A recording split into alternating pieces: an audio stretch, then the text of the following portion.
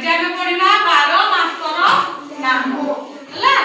ଓ English ରେ ଆମେ ଜାଣିଛେ January, February, March, April, May, June, July, August, September, October, November, December.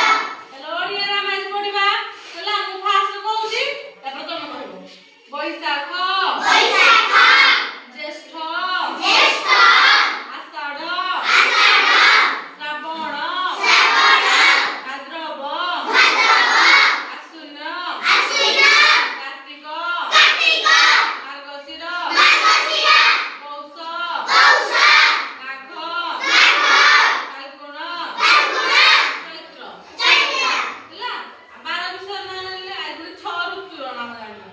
6 ଋତୁ ନାମ ତ ଜାଣିଛ। ଆମେ କୋଉ 3ଟା ଋତୁ ଅନୁଭବ କରୁଛେ? ଖରା ଦିନ ଅନୁଭବ କରୁଛେ, ଶୀତ ଦିନ ଅନୁଭବ କରୁଛେ, ବର୍ଷା ଦିନ। ଏଇଟା ଶୀତ ଆମକୁ ଲାଗୁଛି ଯେତେବେଳକୁ ବର୍ଷା